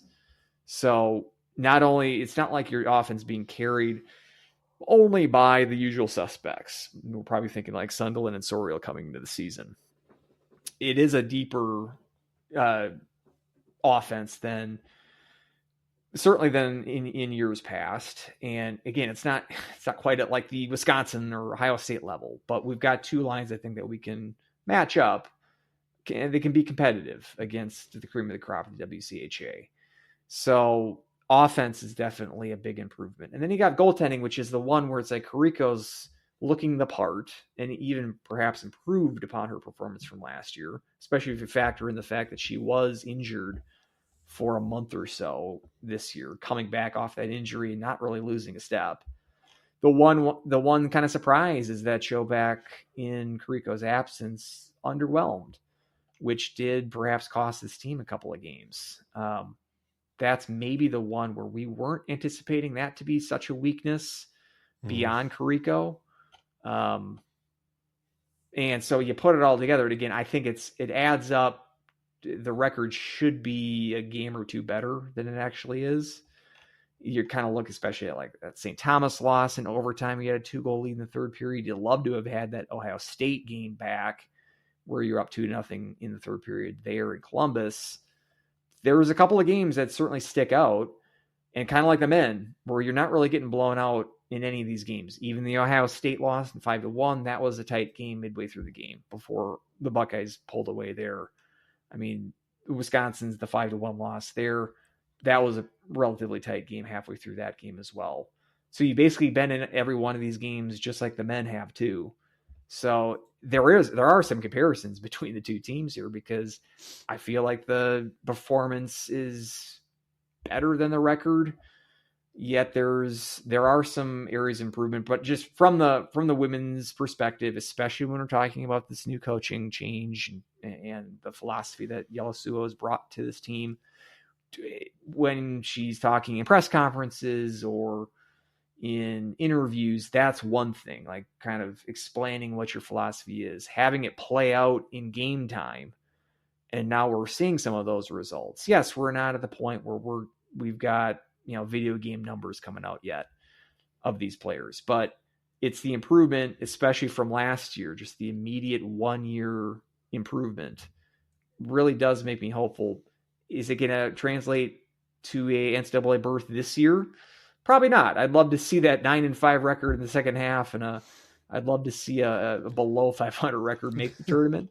It's certainly not out of the realm of possibility. I would bet against it this year, but going forward, they're at that spot where I think that there is a fifth team in the WCHA. We see Mankato in the spot right now, 10th in NPI. I'm skeptical that's going to hold for them all season, but I do think you've got the ECACs a little bit down. Hockey East has been down for a while. I think there is a slot now this season and perhaps in the seasons to come where the WCHA can legitimately field 5 teams. The performance they've had this year, the Huskies have so far this year, tells me perhaps it's not going to happen this year, but I am hopeful that this program is going to get there eventually, because I've liked what I've seen from that overall philosophy so far this season. I just really want to make the final face-off. I mean, that's kind of what I would really like to see, and I think we got the team to do it. One thing as you were talking, I wanted to look up was you were talking a little bit about JoJo and her struggles. Now, yeah, obviously, looking at some of these games, at Bemidji when she let in 3 goals on 11 shots, Minnesota Duluth, who's been a thorn in her side ever since she transferred. 3 goals on 4 shots and on the first game of that weekend. But I do also want to say, we're talking about the schedule. She did win her game against St. Thomas. Granted, she gave up 3 goals on 13 shots. But but lost to 2 games against Minnesota. You had 2 games against Minnesota Duluth. You had 1 against Wisconsin. It's it is tough when you have that type of competition that you're facing time in and time out. And also you're missing Reagan Bolger as well, who is your captain defense, and trying to navigate all of that, I don't think has helped. Now with that to say, yeah, and I probably should be the first one to tell you, because I know so much about her, that this season hasn't gone much to her expectations. But that's where those stats where you're looking at her versus Kariko are really telling, and that's where that's when you're coming back for that second half, that's who you're going to have to ride. And especially coming out firing against Ohio State, it's going to be kind of a massive series, and the program looks great as a whole right now. I do think we're better than our record indicates. I do think this team is more fun to watch as well, and I think that we've got a lot of really good pieces in play, and I'm excited to see where this ends up going. But as far as this season goes, it's kind of a situation where you've got a few aspects that you just kind of need to improve upon a little bit. Our special teams right now aren't looking so hot. Just about 15% on the power play. That's something that I really think we can improve upon in the second half. Penalty kill is sitting around 76%. If you're going to make some headway, some of those numbers are definitely going to have to improve. And that's, I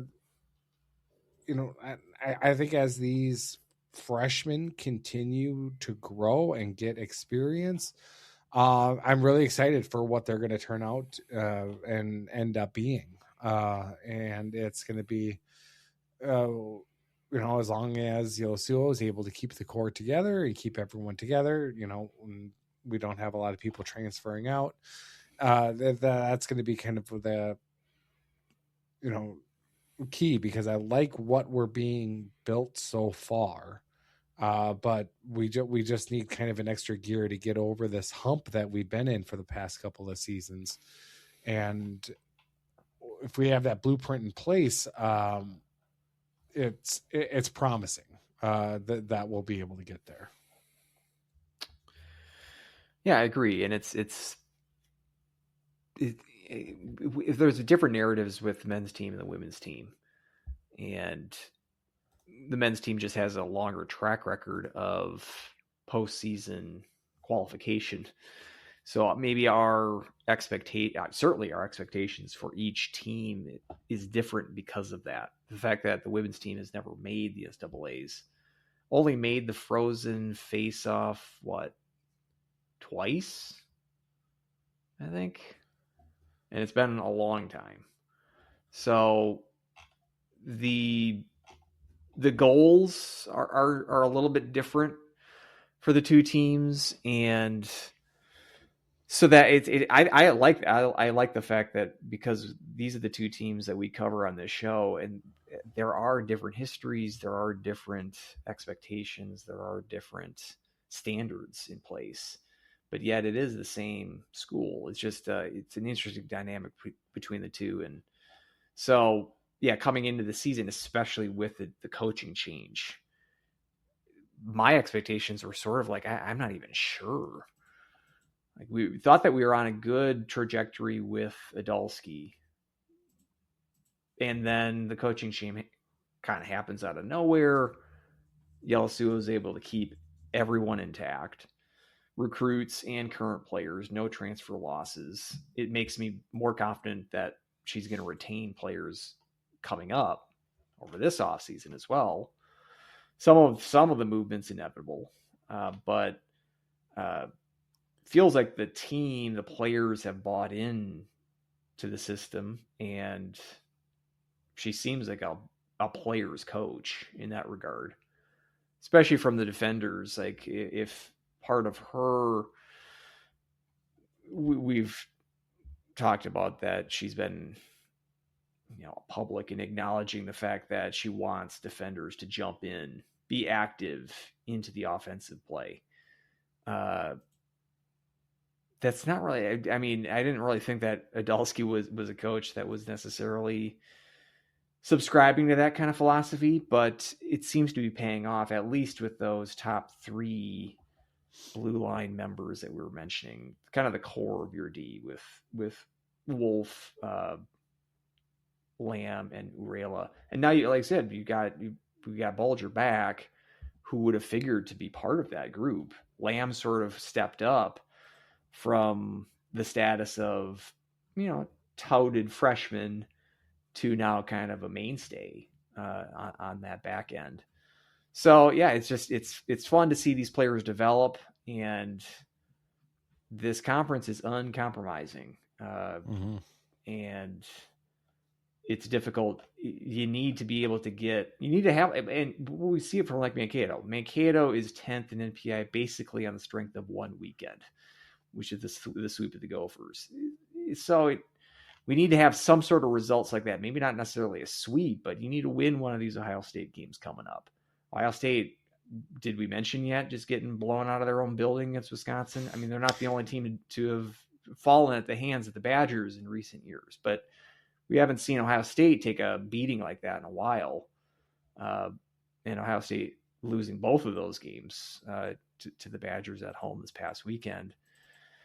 Again, it's going to be a month plus until Ohio State, until State Cloud plays Ohio State. So it's going to be a while.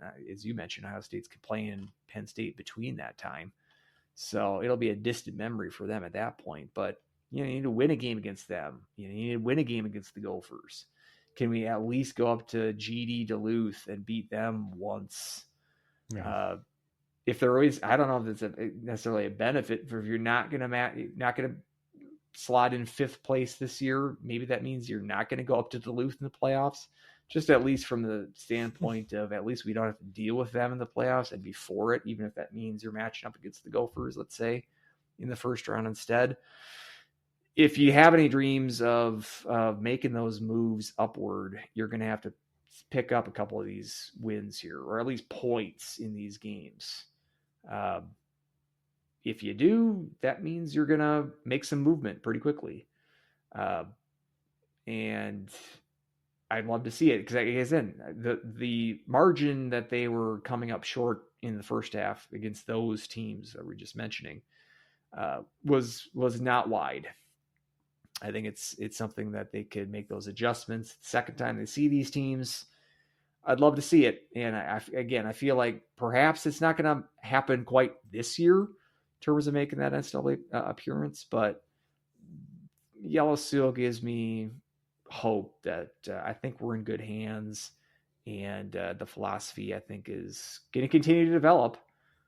We're not even at a point yet that we can really evaluate her recruiting standpoint. Like, this is all basically Adulski's players still. That's going to take a couple more years for us to evaluate how well she is from that coaching standpoint. But at least from the X's and O's, that's what we were going to be able to evaluate after this year.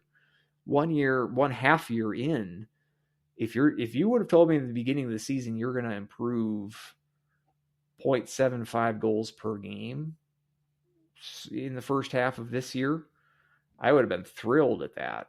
And I am kind of thrilled at that. I wish that would have translated into more W's, but just from that perspective of just being a little bit more entertaining to watch, and seeing, I do like the defense kind of getting involved in the offense as well. That's a sort of playing style that I like.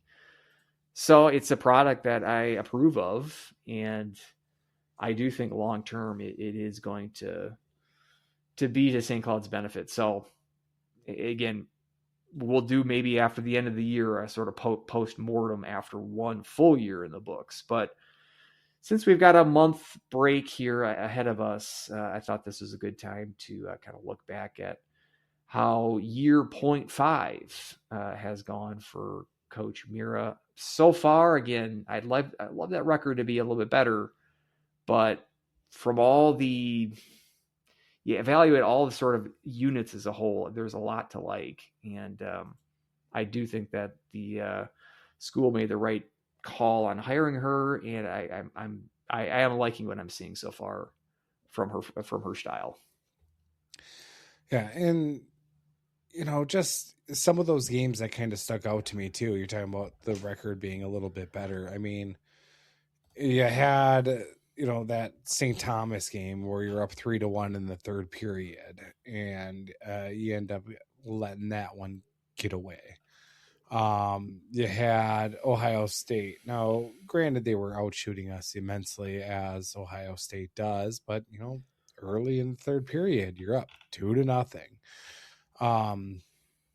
And then it was the 5-minute major that Peon, I think. Yeah, you didn't like that call. I didn't. So and then you had just recently with Bemidji State. Now, granted, yeah, you were down 4-1, and you were able to crawl back, but in the last minute you're up, and you're able to close that game out. So it's some of those Adulski ghosts of not being able to close out games are still kind of hiding in there. And I think once those kind of clear up, and once the women get the confidence that, yeah, we deserve to win and we're going to win, and really finish out some of those close games. I mean, we're looking at you flip those, and what's our record there at that point?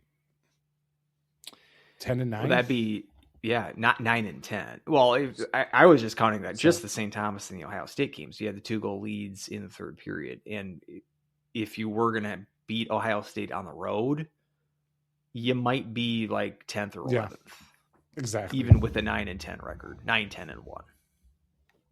Some, but I think that's where some of the key things, able to switch those around, and I think that's where Yosua, when she got hired, she said, we might not play our best hockey earlier in the season, and now it's going to be the time when we start playing our best hockey. Here is coming up after the break. Sure hope to see it, but I am looking forward to not just the rest of this season, but the rest of the story unfold. Like I said, getting a hang of her recruiting style. If you follow Sydney Wolf, I've still got Sydney Lamb on the mind. Wolf, Lamb, Sydney Bryant, you get it. But she's been updating on some St. Cloud recruits that Yeltsin has brought on board here. So we'll soon be able to see the players that she is signing to come here. That's another layer of the full story on her full kind of coaching resume. We get to see the whole picture soon develop, but at least just from the gameplay, especially with her kind of being billed as a defensive coach, as that's her background as a player. I am sort of surprised at how much focus she's put on the offensive side of things, but to good success. Again, you're not going to go from 2 goals a game to 4 overnight, but she's damn well come close to going from 2 to 3. And that sort of one season improvement is pretty rare and should be commended. And like I said, with the depth of the scoring as well, and we're kind of finding out line pairings as the seasons progress. But then also, Larson does this as well, but it seems like in the last month or so, this top 6 that she has assembled has been kept intact. And I do think to a good effect. You find something that works, keeping that going for an extended stretch, maybe not 2 weekends in a row or 3 weekends in a row, but give it 6 or 7 weeks in a row.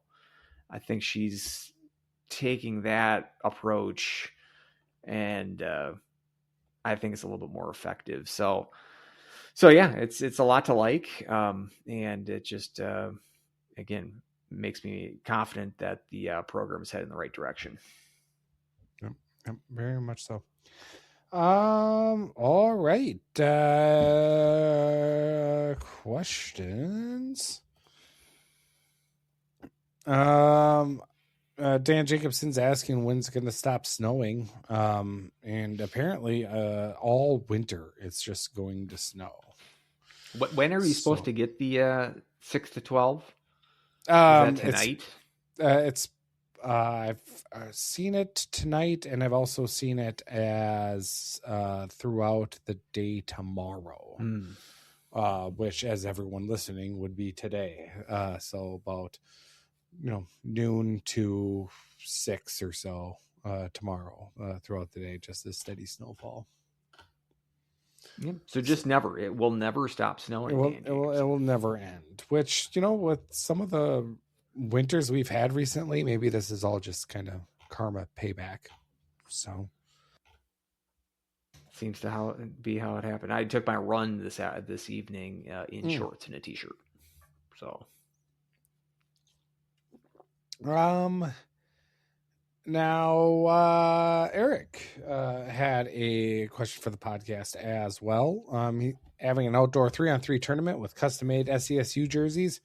Want a song from each category to get ready for his 3-on-3 tournament. Well, good luck with this tournament.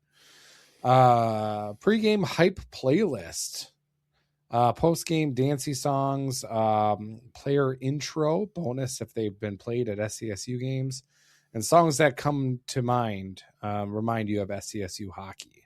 So want to go with one top to bottom? Pre-game hype up playlist. Any pre-game songs that you can think of? That's a lot. I know that we talked, we had this question before about the St. Cloud songs. This is ringing a bell from like a year or two ago. So we'll probably go back to one of our previous podcasts and we would have spent some time on that. I don't know what I would have said, but you can lead off because this is a lot. This is just it's too much. It's too much. Well, I mean, my hype up would always be Sandstorm, which obviously that reminds me of SCSU hockey games. I think you brought that up the last time that we mentioned that we answered this question. Post-game dancey songs, obviously it's going to be Don't Stop Me Now. That is always my go-to, especially after a victory. So that's what I got there. One for player intros. I don't know about for player intros. That's kind of have to be, more of a beat heavy. So like Sandstorm would be good there as well. Maybe I don't know. Sandstorm. There. I don't know if that's a cop out. Euro, you can yell at me for that.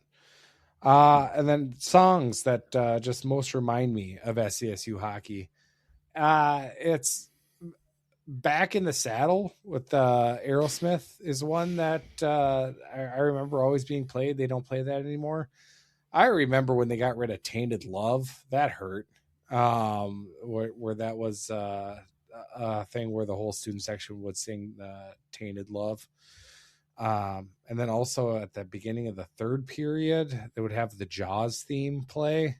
And I always like to do that and do the Jaws and pretend like I'm squishing the opponent's goalie. So, I mean, those are some of the things that I think of when I was back in my dog pound days. And those are good In calls. the saddle again. I'm familiar with how the song goes. Well, obviously, I just sang it perfectly for you. Back. He really gets into the back part. I Ooh, got start me up. That one, I'm pretty sure I brought that up Ooh, a got a year or two feeling. ago. Whenever we had was that Black Eyed Peas? Yep. That's one that the Herb would play.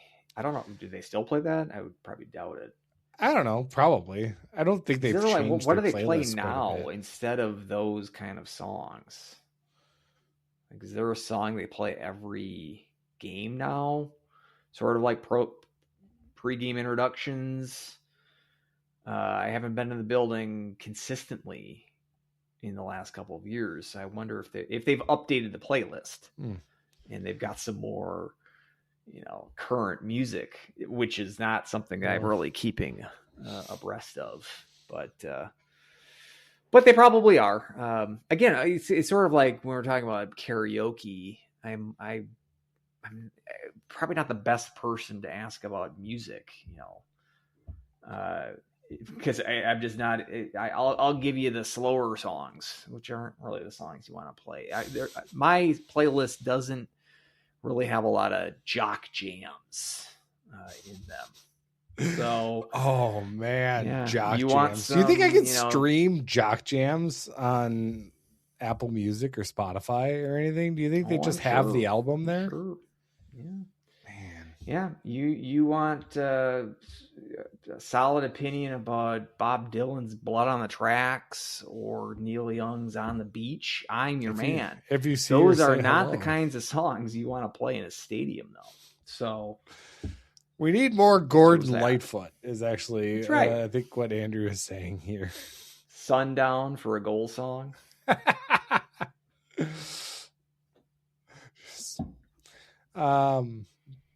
Yeah, so I mean, those are some of the songs that really remind me of, but obviously, "Don't Stop Me Now."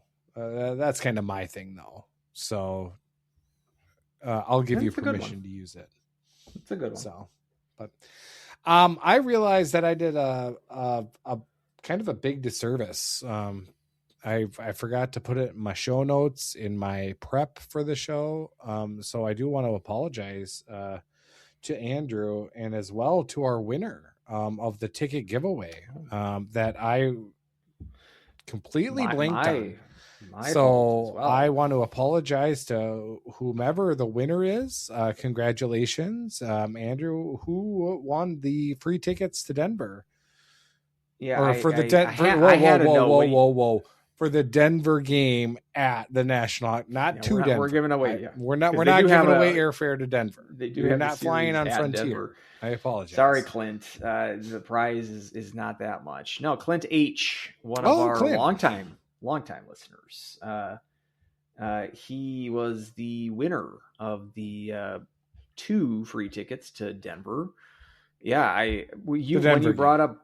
Yeah, to the Denver game this Saturday. Clint, we are not paying you to go to, I don't know, like what do they have in the Rocky Mountains? I guess I don't know. Denver's got to be. They got to have like. Oh, and by the way, now that we're on the topic of music, you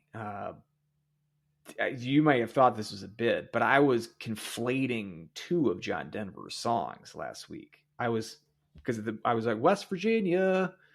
Like, that's weird that it's in the state song of Colorado, but that's Take Me Home Country Roads, which is the state song of West Virginia, not surprisingly. Okay. But then Rocky Mountain High is another song from John Denver. So 2 separate songs that I kind of mashed into one.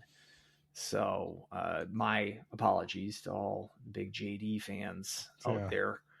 But no, I meant to, when you brought up Brittany's report from the game, I could jump in and say who won this last one. So my bad there, because I just didn't spring into action. But I know Clint's been listening this entire time. He's been waiting with bated breath until we announced. Yeah, he's been waiting. Oh, they're not going to say my name at all. And he says, by the way, that he is, because I ask the winners what city they resided, just out of curiosity. It adds a little color to the bit from what he says, the hometown of Nick Jensen.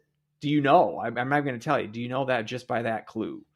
Rogers? Nick Jensen. Rogers, Minnesota. Very good. Mm-hmm. That is where Clint hails from. So, Clint, enjoy the game. Let us know what you liked of the seats. bring us a win. We'd like to see a win this weekend. Are you going this weekend, by the way, Mr. Weldie? I am. I don't have 100% plans as of yet, but I am going to see what I can do. I would definitely like to. We don't have a ton of. Actually, Saturday is fairly free for us in the Weldon household, which is a rarity. So I don't know. Maybe I can talk to the fam of getting that, bribe the kids with some hot dogs and some nerds clusters, as that's the new thing. And some, what was it, Neptune moon ice cream? Jupiter moon ice cream. Neptune moon is that's got some alliteration to it. So that's I kind of like Neptune moon. Yeah, Does Neptune have moons? Is there? I'm gonna say yes. It's either got 0 moons or like 14 moons. I think it's one of those deals. I don't think they've just got a couple, or they might have none. Oh my gosh, they have 16 moons. Really? So I was close Yes. with 14. Oh, yeah. Largest moon, Triton, which orbits in the opposite direction. Could it crash into another moon? Like, are they on the same orbit? But one goes one way and one goes the other way? That can't work. What happens when 2 moons crash? Is that kind of like a supernova when 2 stars crash? Yeah, we need Neil Tyson deGrasse out here to explain to us what happens when two moons collide. We got Tyson DeGrosse on our team. We don't need a Neil Tyson DeGrasse. Pop quiz for you. What current Husky player is from Rogers? Jack Rogers? No, just kidding. Ooh, Jack Rogers is from New York State, I believe. Women's forward. Rogers. Okay, women's team. I wasn't going to go with the women's team. Women's team forward. So not Remick. No,